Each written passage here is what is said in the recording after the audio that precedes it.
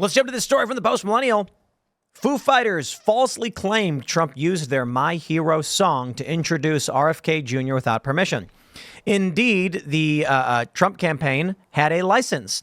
So the Foo Fighters, we actually let me pull up. Here you go. I wrote this. I put your tweet in there. Yeah. They said, let's be clear. Wu-Tang for Children says, did you let Trump play your song? They said no. Well, according to The Independent, they have seen documents appearing to confirm the campaign has indeed licensed the song from BMI's Songview service. Quote, we have a license to play the song, a campaign spokesperson said. So the Foo Fighters are playing this game where they're like, we didn't personally approve it. But in all literal sense, the Foo Fighters puts their song up for licensing, handled by BMI, which is one of the big music unions. The Trump campaign then licenses the song. That is with Foo Fighters' permission. What do they think is going to happen? Now they're acting like it didn't happen, and they're saying they're going to give any money from the royalties, which is stupid because it was a one-time use at an event, which is probably a couple $100, and they're going to give that money to the Kamala Harris campaign. Now they've just overtly chosen sides in a political dispute, which has pissed everybody off. Well, and after I saw some, people were saying on Twitter, like, oh, they just don't want to be involved in any political thing at all. They don't want to take any sides. And it's like, no, that turns out to be a lie. They're actually backing Kamala Harris. Yep. They just said that they're going to give the money to her. Mm-hmm. If they had a license, that license is an absolute defense. That means that the litigation is frivolous. They'll lose. Trump will win, and they'll sue him for attorney's fees, and then take the attorney's fees and donate to the Trump. There's no suing. I think Trump should sue them for. That's what I mean. Countersue for attorney's fees. So if there's a frivolous lawsuit that's just based on bullcrap, right, and they know it's false, and if he's got an absolute defense with the license, but he's not being sued. He's always there. They're just tweeting. Complaining online, okay. right? That's even like more like you're saying they would take legal action, they would take steps, but instead they're just like, no, we didn't let them. We don't like it. Like I get so tired of this. Like Trump is so bad that if he ever comes near anything that people like, their fans are gonna freak out and melt down. Like I don't know what the children of whatever it's called, like, do they want there to be a caveat in any of their agreements? Anybody can use the song except for bad Donald Trump. And I Celine Dion recently bitching about it. I tweeted, hey, Foo Fighters, why you lying? Yeah. Just for that, I'm going to cover Everlong. Okay, that's a warning. And then it was funny because Lance from the Surfs said something like, Tim finally figured it out or whatever. And I responded with, I already warned Max Collins from Eve 6. I will cover Inside Out. Don't you make me do it. I will play that song. And you should. You know what's hilarious? The Wu-Tang for the Children, right? So when you look at Wu-Tang Clan's history, and if you look at Raekwon, who's the founding member of the Wu-Tang Clan, Raekwon the chef, one of his aliases is the Black Trump. Mm-hmm. He held himself out as the Black Trump this entire time. I mean, what are we talking about here? Yeah. Well, Trump's very, very bad. This is what gets me. It's like so stupid. Very, very bad. Just very bad. Very, very bad. Yes. But can you name a Kamala Harris policy? Oh, she's joy. Irrelevant. But you know what I did here? I was listening to all these post-DNC analysis, and it was amazing how many left-wing pundits were like, well, there was all this hype that Beyonce was going to be there, and then she wasn't. Ha ha, we're not mad about it. But can you believe that? We took bets. There was hype on Thursday that Taylor Swift and Beyonce were going to be there. That's how they're filling these places up. People were pissed. They did this during Occupy Wall Street with Radiohead. They said that it's the only way they could have got people to show up. They said, hey, Radiohead's going to play at Occupy Wall Street in support of the protest. And then 2,000 some odd people showed up. And then they said, they did something to the effect of like, before we get into the real reason everyone's here, we're going to talk to you about Occupy Wall Street. And then everyone sat and listened, and that's how they tricked everybody. And then, of course, nobody showed up to play anything. No, nothing. Yeah. My favorite post afterwards, though, was Taylor Swift should say she has an album she'll only release if Harris gets elected. Oh, my goodness. Which I think is kind of funny. But meanwhile, like, one of her best friends, Brittany Mahomes, digs Trump. Yeah, who she spent the weekend with. Yeah. In Rhode Island. In Rhode Island with all of the other, like, fancy people. You know what was funny about that is all I could think of was, like, Edith Wharton and those Newport days of the early 20th century when all the rich people just flocked to Rhode Island for their summers. And I thought, like, you guys are elitist scum. Yeah, it's pretty elite. Staying in one of those old mansions, you know. Look, she wrote a song about it. It's part of her art now. Yeah, I mean, it's part of Edith Wharton's art, too. But, like, nobody wants to actually live in House of Mirth. As a state, Rhode Island is so small, but they have maintained being so elite for so long. Right? But there's also, like, a lot of poverty in Rhode Island. Oh, yeah. Yeah. I think that's true for a lot of New England. Yeah. You've got these very, very wealthy enclaves with very rural or very poverty-stricken areas. I'm totally thrown off by the fact that we're now doing this to music. I really It was enjoyed great. that. I thought that was terrific. I liked it, but it's just I'm not used to. I feel like we should Don't start mind me. talking Like about an things more accompaniment. calmly. I wouldn't I do feel like anything. we should get cocktails, you know? Yeah. Yeah, but this is a symptom of the panic, I suppose. I don't think Foo Fighters knows or actually cares about anything related to politics. I actually think they knew that the license went out.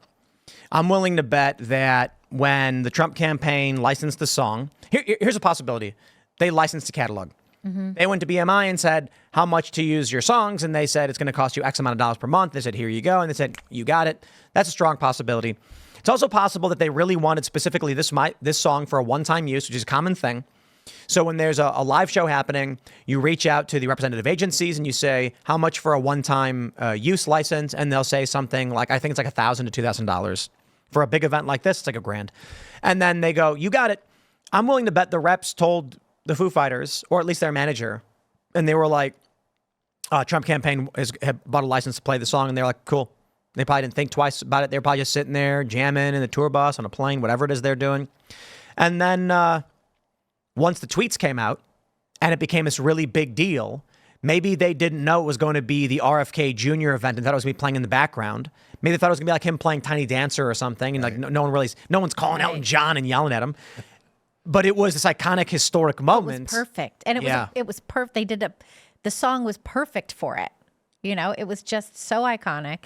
You had the pyrotechnics going off. You had RFK coming out. You had like... My hero. Right? You had like legit two different factions of different political sides coming together because they are united on some ideals. RFK Jr. is calling it the Justice League now. I think it's awesome. great. So Tulsi Gabbard endorsed Trump, and he just tweeted, wow, a Wonder Woman just joined the Justice League. I love great. that. Meanwhile, the Biden-Harris administration pulled RFK's Secret Service detail. We gotta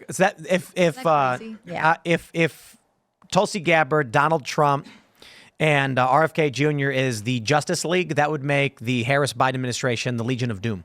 Nice. I think that works. That's what they're called. That does They are work. kind of a Legion of Doom. I mean, they have abortion buses and they have starting wars and, you know, they have censorship. I mean, they're terrible people out there. The great thing really about this song is they'll never be able to separate it from this moment ever again. I'm sure they're really mad about that. Eternally fused together. Yeah.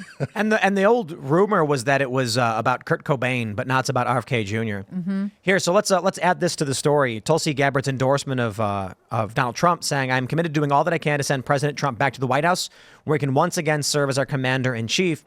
RFK Jr. says, "Wonder Woman just joined the Justice League." I love it. You know, look, it's kind of a silly tweet, but it is fascinating to see former Democrats joining up with Donald Trump. I think we have the big tent party here.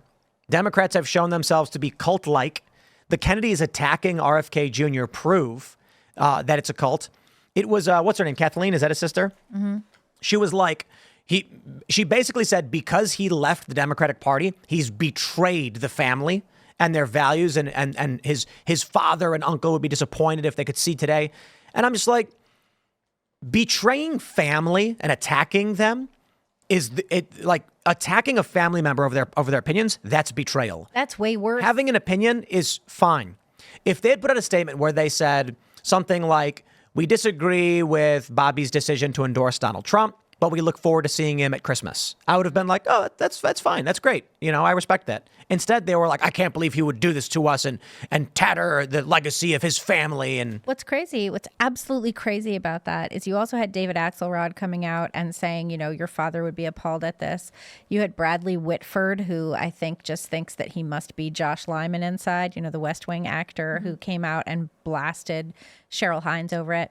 But what's truly appalling, and what none of these Kennedys are talking about, is how the Democrat Party that they adore literally sabotaged RFK's campaign. They sabotaged it. They went in there, they put people inside the campaign to sabotage it. They launched lawfare in every state where he was running to sabotage it. They created a PAC specifically to fund these lawsuits. And nobody's talking about how the Democrats of yore, namely like John and Bobby Kennedy, would be appalled, perhaps they wouldn't be, I don't know. yeah, they would be. They should be, would be appalled by the way that Bobby Kennedy Jr. has been treated. Let's be real, by the right? party that they were part of. If you took Democrats from any other era, they'd be appalled by each and every one iteration of themselves. It's like how J.D. Vance is actually a Democrat circa 1986. Like, those are the values. Yeah, I wonder about Republicans, though. Republicans, I think, would be less, but still, like, any person from a while ago would be disgusted by the people around today. Mm-hmm. Yeah, probably. I think they would certainly be disgusted with the anti-American sentiment in the Democratic Party. I think that's for sure. Yeah, and the infiltration or just outright communism. I don't know what else to call it, but it was not too long ago we all understood that it wasn't a good thing. Especially when it comes to government and leadership in government. And now they just regularly like, yeah, this is great. This is a part of who we are. We accept this gigantic communist wing of our party. It's problematic to say the least. I think JFK would roll over in his grave a few times. Thanks for checking out this clip from Timcast IRL. Make sure to watch the show live Monday through Friday at 8 p.m. Subscribe to this channel, and we will see you all there.